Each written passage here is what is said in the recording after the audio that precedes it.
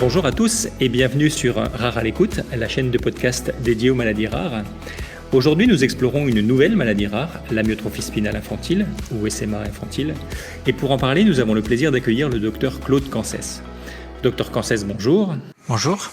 Docteur Cancès, vous êtes neuropédiatre au sein du service de pédiatrie neurologie de l'hôpital des enfants du CHU de Toulouse. Et vous êtes également clinicien au sein du centre de référence des maladies neuromusculaires, adultes et enfants, Atlantique-Occitanie, sous l'égide de la filière Philnemus. Alors aujourd'hui, nous abordons l'amyotrophie spinale, ou plutôt les amyotrophies spinales. Comment définir ces amyotrophies spinales, docteur Cancès ? Alors c'est vrai que on peut parler de plusieurs types de maladies amyotrophie spinale infantile puisque en réalité c'est une maladie qui touche le système nerveux périphérique avec notamment une atteinte au niveau des motoneurones, mais en fonction de l'âge de survenue, la maladie va évoluer de manière très différente. Alors on parle de c'est d'abord une maladie qui se traduit par une amyotrophie musculaire avec une paralysie progressive plus ou moins intense en fonction du type de maladie. Il existe plusieurs types de maladies, de type 1 jusqu'au type 4, avec une fréquence variable. Par exemple, pour les amyotrophies spinales infantiles de type 1, on a à peu près 35 à 40 nouveaux cas par an en France. Pour les types 2, c'est à peu près la moitié moins, et pour les types 3, la moitié moins. La prévalence estimée est de l'ordre de 1 pour 11 000 naissances par an. Et quand est-ce qu'on peut parler d'amyotrophie spinale infantile ?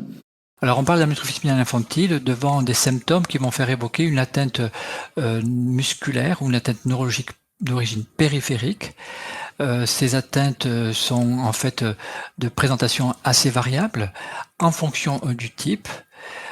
Par exemple, pour le type 1, qui est la forme précoce de la maladie, ce sont des enfants qui ont une hypotonie, c'est le symptôme dominant, avec à ce moment-là des signes d'atteinte périphérique qui se traduisent par une aréflexie, alors qu'ils ont un éveil et des interactions de bonne qualité. Et en fonction du degré d'apparition de ces symptômes, eh ben vous aurez un retard moteur et postural plus ou moins intense. Dans le type 1, ce sont des enfants qui peuvent ou pas tenir leur tête, mais ne vont jamais, par exemple, s'asseoir. Pour les types 2, ils vont acquérir la station assise, parfois se mettre en position debout, mais ne jamais marcher. Les types 3, ce sont des patients qui marchent, ils vont se présenter sur un autre mode avec d'autres symptômes de présentation. Et les types 4, ce sont des types qui concernent les adultes, avec là aussi des troubles au niveau de la marche. Et c'est donc des symptômes un peu différents du tout petit. Et comment surviennent les symptômes de cette maladie ? Quelle est sa physiopathologie ? Alors c'est vrai que c'est une maladie d'origine génétique, elle est liée à une mutation homozygote du gène SMN1.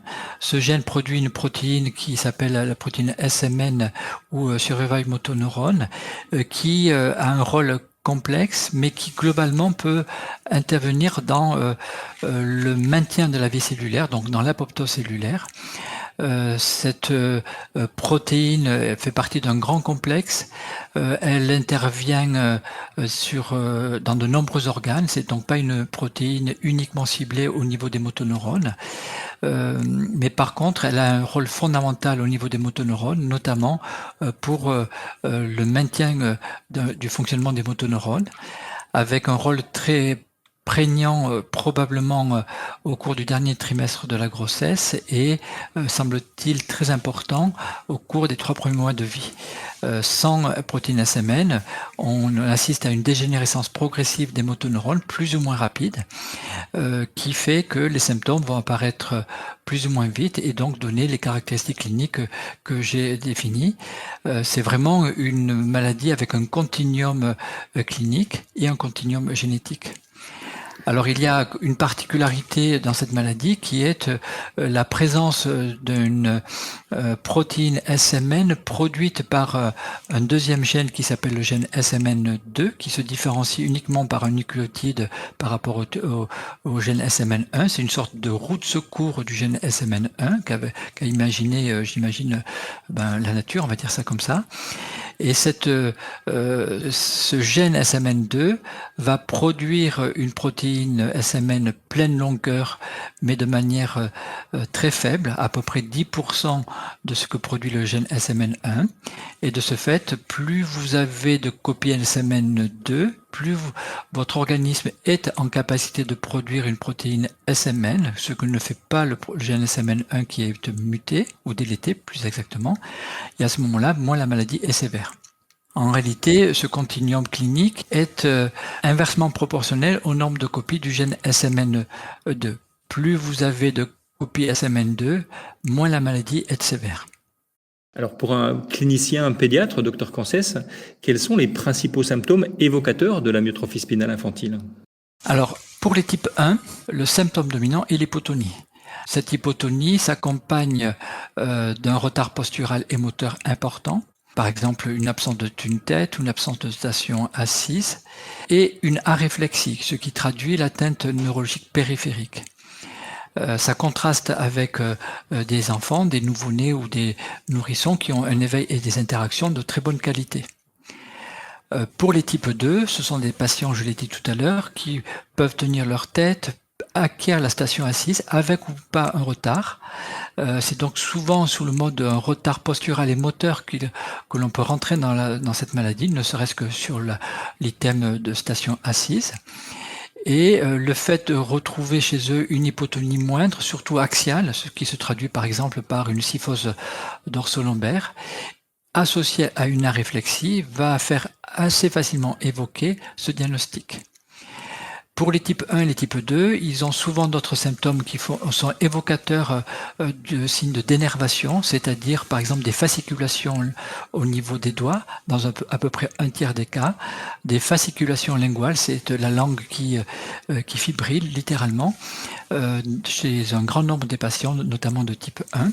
C'est un symptôme pas très facile à repérer, mais qui est très évocateur d'une dénervation ou d'une atteinte neurogène. Pour les types 3, la présentation est un peu différente. C'est un trouble moteur, par exemple un trouble de la marche, puisque le type 3, ce sont des patients qui ont acquis une marche fonctionnelle, avec ou non un déficit moteur proximal. Ils ont souvent une marche dandinante, parfois même des mollets qui peuvent être un peu confortables, et ils ont une aréflexie qui va vous faire amener à rechercher soit cette maladie parce qu'il y a d'autres symptômes comme par exemple les fibrillations linguales ou fasciculations au niveau des doigts, ou alors faire réaliser un électromyogramme qui va vous diriger vers une atteinte coordonnale antérieure. Et sans prise en charge adaptée, quelle est l'évolution des jeunes patients atteints de SMA infantile? Alors là aussi, ça dépend du type 1. Le type 1, 92 à 95% de ces enfants vont décéder sans prise en charge médicamenteuse dans les 20 à 24 premiers mois. C'est donc une maladie létale rapidement.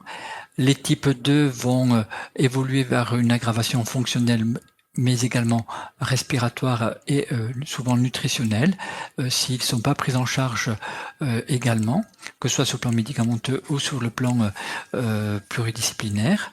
Et les types 3 sont des patients qui vont être, pour un certain nombre d'entre eux, peuvent perdre la marche. Par exemple, un tiers de ces patients peuvent perdre la marche au moment ou autour de l'adolescence.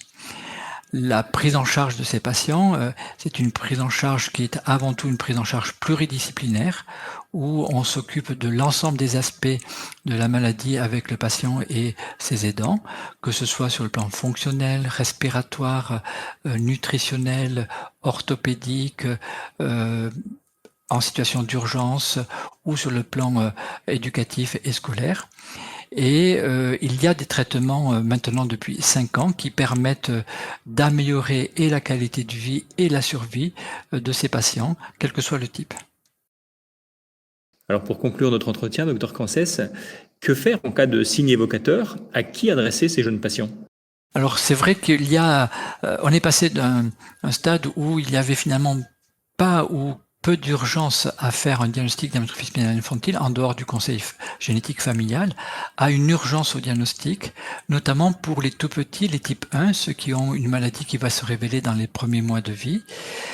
Cette urgence diagnostique, elle est basée sur le repérage de cette triade qui est l'hypotonie, la réflexie et un éveil des interactions de bonne qualité. Et ces patients-là doivent être adressés très rapidement, soit à un service de pédiatrie qui va réaliser les évaluations nécessaires et évoquer rapidement cette maladie, soit directement au centre de référence des maladies neuromusculaires de la région, où les patients seront vus en urgence, en général dans les 24-48 heures, puisque il y a une vraie urgence au diagnostic pour qu'on puisse en mettre en place de manière le plus rapide possible, en général dans les 15 jours qui suivent le diagnostic, un traitement spécifique. Pour les types 2, c'est le même principe avec une urgence plus relative. Ils doivent être aussi adressés au centre de référence ou à un service de pédiatrie qui adressera directement au centre de référence également. Et pour les types 3, c'est la même démarche, mais avec certainement moins d'urgence. Eh bien, merci mille fois, Dr Cancès, de nous avoir fait mieux connaître cette maladie rare qu'est l'amyotrophie spinale infantile. Quant à nous, chers auditeurs, si vous désirez aller plus loin dans la connaissance de cette pathologie, nous vous donnons rendez-vous sur notre site internet www.rarealecoute.com où de nombreuses informations sont à votre disposition. Nous vous remercions de votre fidélité et nous vous donnons rendez-vous sur la chaîne Rare à l'écoute pour un prochain numéro sur cette maladie rare. À très vite.